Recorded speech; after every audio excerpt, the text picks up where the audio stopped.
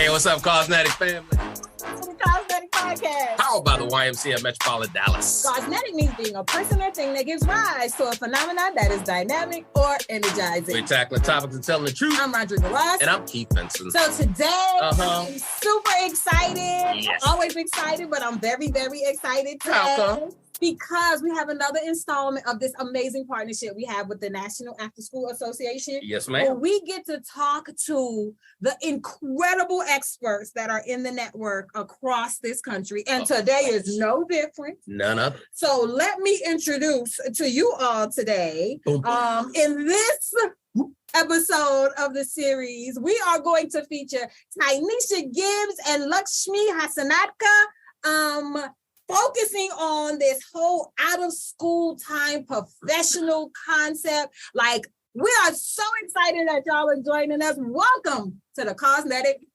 podcast. Woo! Girl, you got energy for days, boy. It's Friday. Yeah. I'm excited to talk to them. Every time we talk with folks in this space, I learn so much more. I am just so enamored with the folks who choose to do this work. And I know that today will be no different.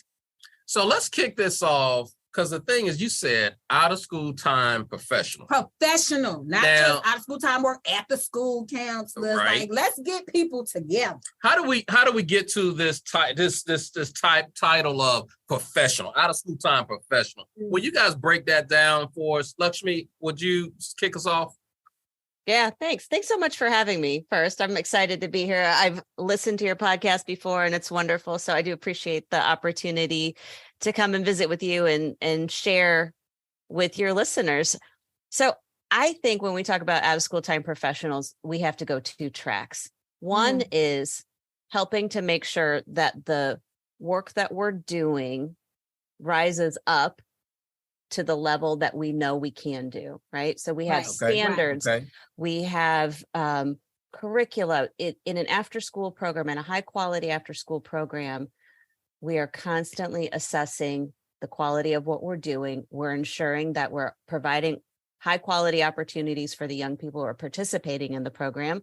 And we need people who are skilled and trained to do these things, okay? Sure. So that's on level one.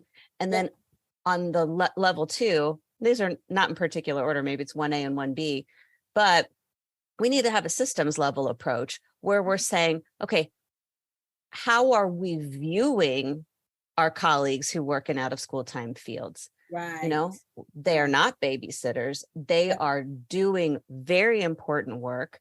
They're filling a gap, right? I mean, when we talk about the needs that kids have, and the systems that we have in place to help address those needs, there's a gap where kids can learn how to be kids. Kids can learn how to get along with each other, communicate, process their emotions, and understand what it means to be a human in this world. And there's not really there is an established system to help kids learn those skills, and that's out of school time. So we need to view the people who work in this field as the professionals that they are. And that's where the work that Tyneisha, myself, and all of our colleagues in state after school networks across the country are doing. Yes, I agree with that. You know, it's not some kind of haphazard thing that you just walking down the street one day and like, let me just go working after school, right? Like, there are certifications and skill sets and competencies that people are very intentional about developing so that they can be proficient in this space, so that they can, like Lakshmi is saying, fill the gaps, like help kids reach their highest potential. I love that. Out of school time professional. Let's not water down the profession. Right. So how do you get to out of school time professional? So I think in order for us to get to out of school time professional, I think we really need to look at really the lay of the land of the profession and who is a part of like that, right? Who all comprises all of that. So when we talk about out of school time, it's very broad. So out of school time is before school, after school, summer programs, any type of educational enrichment, recreation, anything that happens outside of the school day, right? So that's out of school time. So that could be your licensed programs, that could be your unlicensed programs, that could be your municipality run recreation programs, right? That's your WISE, which is nationally, known. That could be your Boys and Girls Clubs. It really runs the gamut between CBOs as well, which is our community-based organization run after school programs, or your LEAs, which are your lead education agency run programs. So there are a vast array. And depending on which one you work for, that will kind of also tell you what level of expertise or what level of training is one required or you might see. Yeah. So for your LEA run programs, you're more likely going to see a lot more school-based staff who might be working after school as well. So you're having folks who have master's degrees, right? So when we're talking about these people that are professionals, they really are professionals. When you're talking about your municipality run programs, yes, you may have some folks that are entry level staff, but you're also having the directors who are, running these multi-site programs, right? And so these people are also, they have a certain level of degree because the state requires for you to be licensed to have a certain level of degree, right? Depending on where you are. And when we're talking about our Boys and Girls Clubs and our WISE, right? You all have also your requirements, and you also have your own levels of training in which you go to. I remember, growing up in the Boys and Girls Club movement and going to BGCA University and doing an advanced leadership program and ALP2.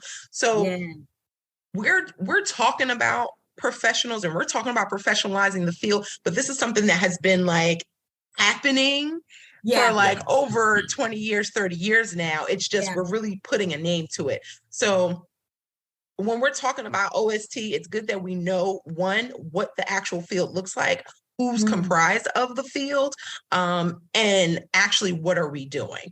And what we're really doing is we're making those connections. We are the folks who stand in the gap, like Lakshmi said earlier, for our daytime school staff. And we're the ones, especially during the pandemic, I can't tell you how many programs went to homes, did site visits, went above and beyond. We do social work-esque work, right? We do advocacy-esque work. There's all of this stuff that we end up adding on to the things that we do. We had people that were distributing meals. We had people distributing kits. We had people distributing laptops in some cases, hotspots, decreasing that digital divide. And sometimes we're also the folks that parents come to help advocate for their child at the school level. So we really do a lot. So So do you think, here's my assessment.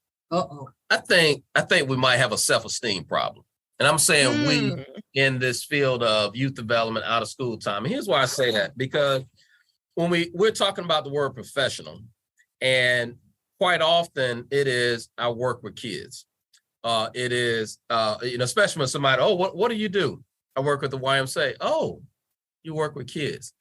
As if, you're here to step on us in a sense. Right. You lead with the passion point. Right? Like my work is not important. Right. But when we look at ourselves as a professional, and now we're dressed up just a little bit in the mindset. We may even have on a bow tie. Oh, we may all have on bow ties. You may. Not just you. But I say the self-esteem deal in a way that I don't think we always look at ourselves at that next level. Right. And our own homework. Yeah, we need to. Yeah, because we're and you just ran down a good list. We're social worker or ish. We do all these different things. We care for the child. Professionals, like these degree professionals. Yes. And speaking of that, Lakshmi, I know in your area, you guys have some different online classes and different ways that you point people into in terms of to get those credentials that they need to be viewed upon, I guess, as a professional. Can you talk a little bit about some of the work, how you pointed people in that direction? Keith, really quickly, can I just say, Lakshmi, I fangirl about Indiana all the time. That's all. Indiana's a model. So if you all are looking to learn how to do it right, look at Indiana. Yes. Okay, well, come on, Indiana. Y'all on the Indiana After School Network. Talk to us. Yes. Thank you. Now let me share this wide and far. Thank you, Tyneisha. No, I appreciate that. And so here in Indiana, and really in all our 50 states, the State After School Network has a system of continuous quality improvement. And in Indiana, we have a system of continuous quality improvement that we work with programs all over the state to implement. It starts with a set of standards, and then you got to tell yourself, how am I actually implementing these standards? Am I doing what I need to do? And so to do that, what do? You have to assess yourself. And so you assemble a team of, family members and professionals who work in your program. And if you're affiliated with the school, some folks from the school, and depending on the age of the young people in your program, include the young people. Together, you decide, hey, how are we doing? Are we fulfilling these standards? And I mean, no program is perfect. We all have areas to improve, right? No matter what we do. So then you move into, okay, let's identify where we need to do some work, and then let's do that work. A lot of times the work that we need to do is, because when we talk about the professionals who work in these programs, I mean, they are doing the work. Keith, you talked about a self-esteem problem, and I don't know, I respectfully push back on that a little bit, because I do think, for folks who work directly with young people, they see the value of what they do every day, right? I mean, you see the change in a young person who started off. I had the coolest opportunity yesterday. I got to all day judge the Indiana Youth of the Year competition through the Boys and Girls Club. And I met some incredible young people. And the young woman who won the competition yesterday, she said when she first came to the Boys and Girls Club when she was 6 years old, she was so shy and scared that she would even have to ask like a friend permission so she could go to the bathroom. Hey, ask them if I can go to the bathroom. She was so shy. And now, and she said, and look at her here as a 17-year-old giving a speech in front of a big room, having confidence, having learned how to manage her emotions and how to process them, and to know what a smart, bold advocate she is. And so I guarantee you that the professionals who work in her Boys and Girls Club know that they are doing incredible work. Now, what they might not know is that it's important to tell everybody that, because as I talked about earlier, that level 2, that systems work, we need the people who control the money, right? And the people who manage the systems to understand that this young woman's life was transformed, as well as thousands, millions of kids across the country. So anyway, here's my point. Sorry, going back to the question you actually asked me. So then, you identify where do we need to improve? And then there's all kinds of professional development that we offer, that many other intermediary organizations in our state offer, and that are offered all over the country. We have an online learning management system. We do live trainings. We have coaches who will come and work with programs and say, hey, here's what we're trying to improve, or they can tell us, here's what we're trying to improve. And we can say, hey, here are some ideas.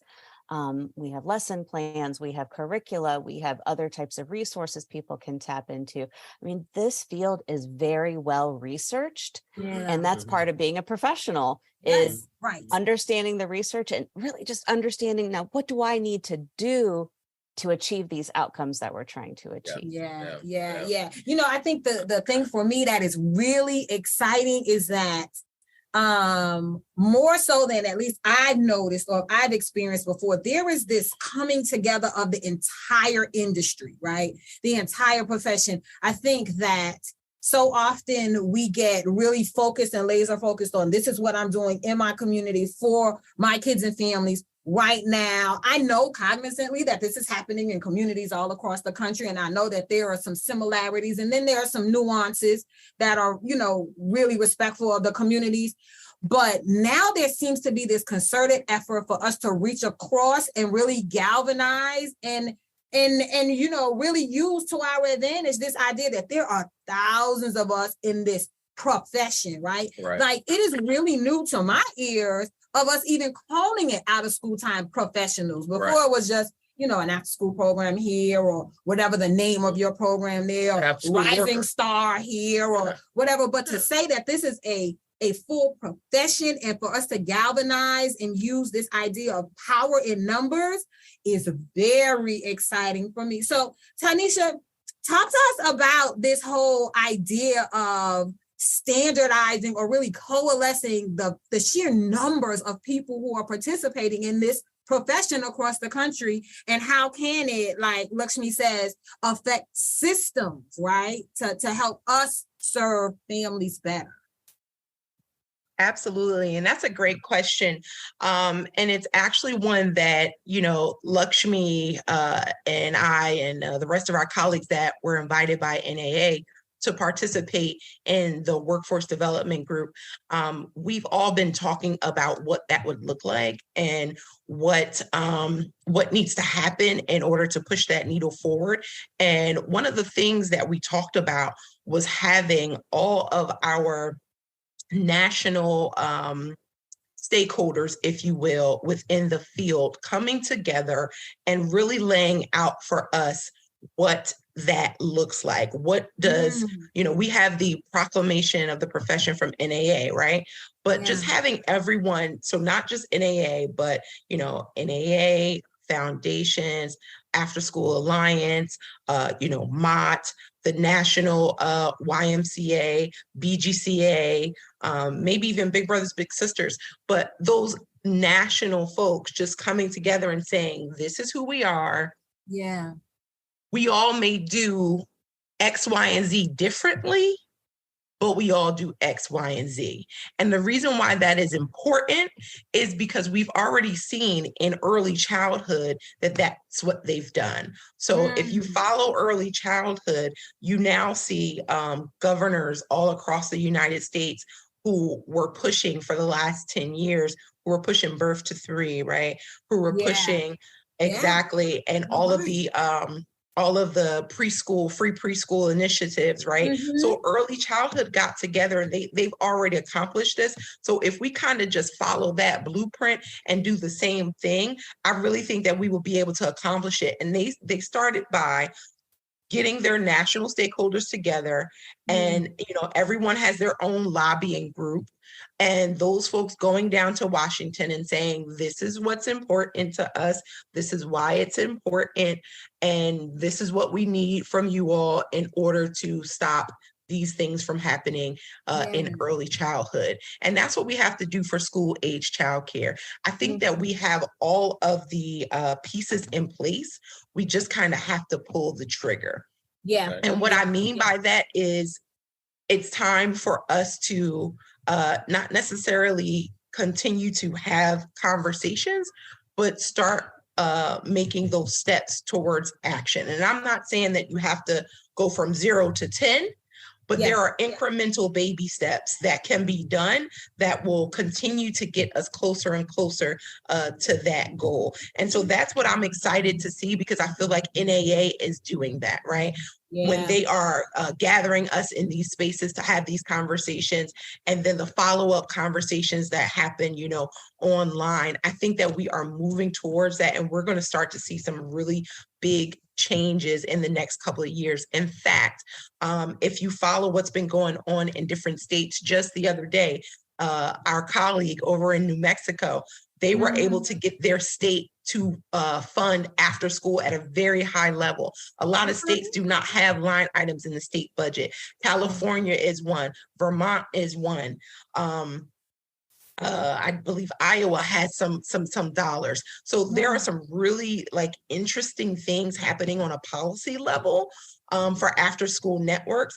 And if we all start to have these conversations on a statewide level, and the conversation is happening on a national level, all we really have to do is look at what the other state next to us is doing, right? And ask the question, because you don't have to reinvent the wheel. Like, I'm a white Riley Peterson policy fellow, and one of our tenets is everything that we need, right, is in the room. And so I'll ask folks, hey, you know, can you share with me? Yeah. You know, what did you say? Right. What exactly did you put forth? What exactly did you say? And then I'll take that, I'll tweak it for New Jersey, you know what I mean? And then I'll put forth the same type of thing. So if we just get all on one accord and speak the same language, which I think is another barrier for us, is that we're doing the same thing but not speaking the same language, then I think we'll be a lot better off. I'm sorry, I know that was pretty long, but no, that's all good. Because see, the people who listening to this right here, when you say funding, like the ears like ding, ding, ding, ding, ding, ding, ding. Like, all right, funding. Let me talk to my friends down in New Mexico and see. What you say? And that's what it is. Like, we got to share those cheat codes, though, right? I mean, when we get together, we got to understand that, like, we are one family and we should be operating in such a way, the sharing of this information so that we can all benefit. Just because somebody's in California, I'm in Texas, and somebody's in Indiana, like, you know, it's all the same language. Like, bring that thing together. Let me put it in my language here in Texas, right? So that I can now be able to share. Put some barbecue sauce on it. You're to make me hungry now. Absolutely. Stop playing with me like that. I'm sorry. And Keith, and so what makes this time very exciting right now in terms of funding are the ARP and ESSER $3. And the reason why I say that is because right now there is that set aside, that 1% for after school, that 1% for summer programs. That's federal, and all states received it, right? And so we, in our field, we can tap into that. Like in other states, in New Jersey, the funding was given directly to the lead education agencies. But in other states, they received the funding directly. Like some of the networks actually received some of that funding. And so those are also other areas that can be tapped into. And I think if people just be bold enough to make that ask, I think we'll start to see some real change.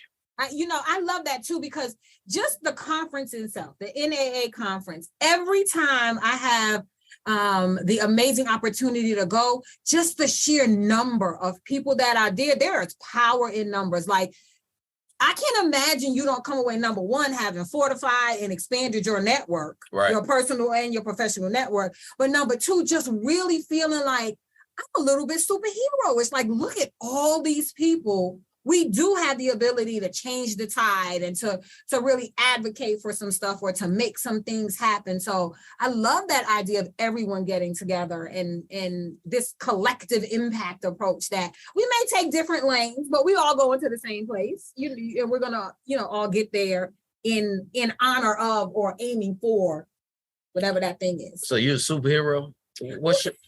What's your superpower? Don't you want me? Oh, my superpower is I could buy really cute shoes. That's your superpower. Is you're changing lives. I'm changing lives with shoes. Okay. Those shoes at the conference were very fly. Those who are listening here, thank you. That pause was the awkward pause in a moment of a conversation. It's like, say what? Well, that makes me feel super. Okay. I have one cute shoes. You are super. Thank you. I mean, you have to tell me, but you are super. So we got to collectively bring our superpowers together, right? To be able to change the dynamic. Wear cute shoes whenever we. Yeah, you keep wearing cute shoes. You keep wearing them. If they find them in your size. And so with our superpower of the passion that we have in the community, our superpower of the care and the love that we have for young people, and Lakshmi, you talked about the young lady. Super shy. Now she's youth of the year. Like that has come. Yes, we're not going to take away from what the parents have poured in her village, but we're part. We're a part of that village, right? It takes a village. And so the professionals that have linked up with her throughout all these many years, are going to continue to just cause change in our community. And it's this ripple effect that it's going to have because this young lady, she's going to impact somebody else's life.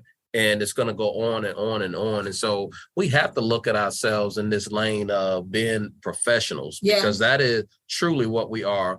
And this, the aspect of the different ways that we can get the credentials to go along with that. So whether that is from the part-time staff person maybe going on to get their associate's degree, from the full-time degree person who is continuing to get the continuous learning in so many different ways, like going to National After School Association's conference. Now, we got to continue to put up these fronts of professional development so that these professionals can have the impact on the communities that they already have. Yeah, so Lakshmi, to that end, being the CEO of the Indiana After School Network, what professional advice would you give to your counterparts on how to create those structures that allow people to get those certifications and to get that access and continuously approve, because it does lift, the brand of the profession? Yes.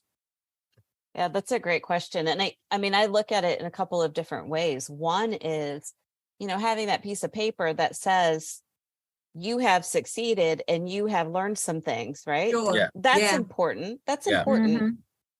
Because it is an outward facing declaration of my competency. Yes. I love it. The real key though, is that competency.